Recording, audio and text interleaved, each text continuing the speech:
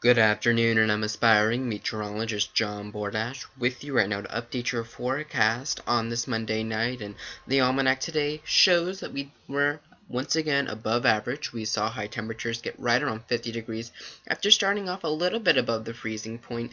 We saw an okay day today with those above average temperatures, but also looked at some non-rain producing clouds. And I think tonight we have a very slight chance to look at maybe a rain shower or even a snow shower come to the region. Nothing all that major, only about a 20% chance. The surface map this evening does look like this. We saw this cold front move through the region today. Again, not producing anything. We're looking at high pressure building in behind that. That's going to keep us seasonal over the next 2 days. We're looking at these two little weather features producing some snow showers. Also, these will not be impacting our area.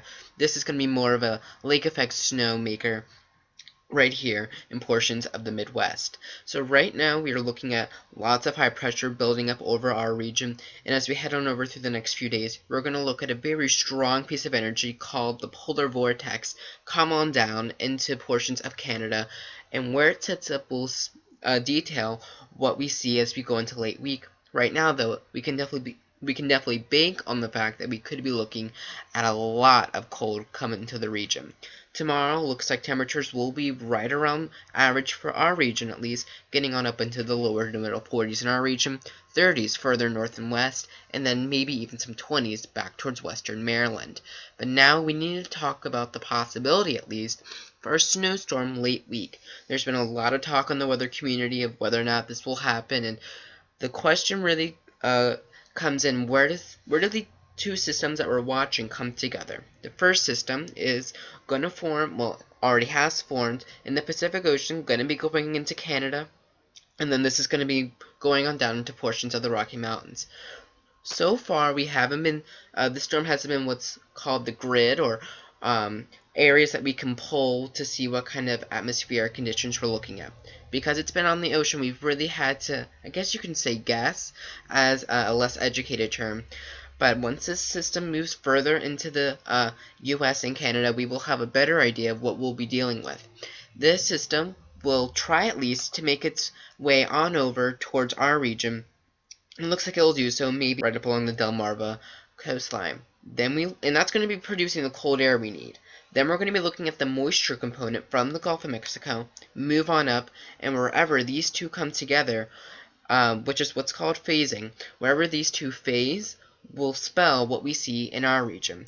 Right now, it looks like we may be looking at some snow in our region. The further north and east you head with this one, that's where you're going to be finding the major snows. I put Southern Maryland in that potential for major snow, but again, just know that the potential for snow is there, and I've gotten lots of questions. When are you going to release your first outlook? Well, here we go. Just to show you how much uncertainty there is, we could see anywhere from 0 inches, not even looking at a storm, to a huge mid-Atlantic snowstorm putting down 18 inches of snow. So that's my forecast.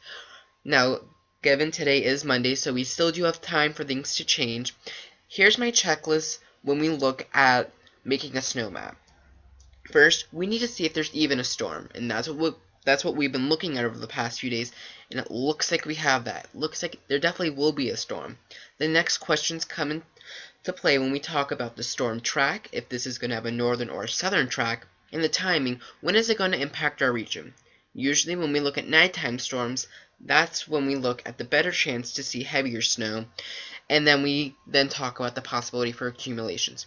Part 1's down. Looks like we will be looking at a storm. The questions now arise when we talk about the track and the timing.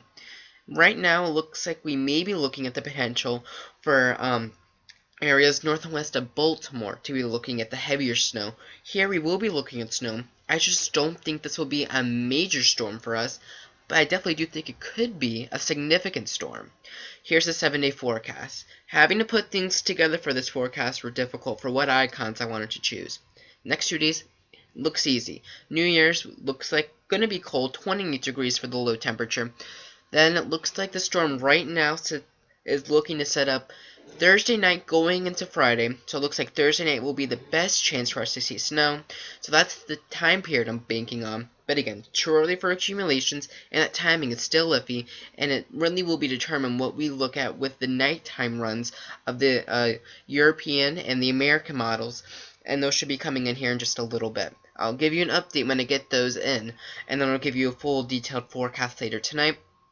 Sorry, tomorrow morning, and then it looks like we have another potential system Sunday, Monday. The precipitation type is still very unknown. We're 6 to 7 days out, so let that does rain. But again, we may need to talk about the potential for another winter storm as we head into the weekend. But again, right now we need to focus on what's happening for Thursday and Friday, how cold the temperatures get, and where that storm track sets up. I'm aspiring meteorologist John Bordash, continuing to update your forecasts, giving you Southern Maryland's most accurate through JV weather. Have a nice and safe one, and I'll continue to keep your updated forecast posted.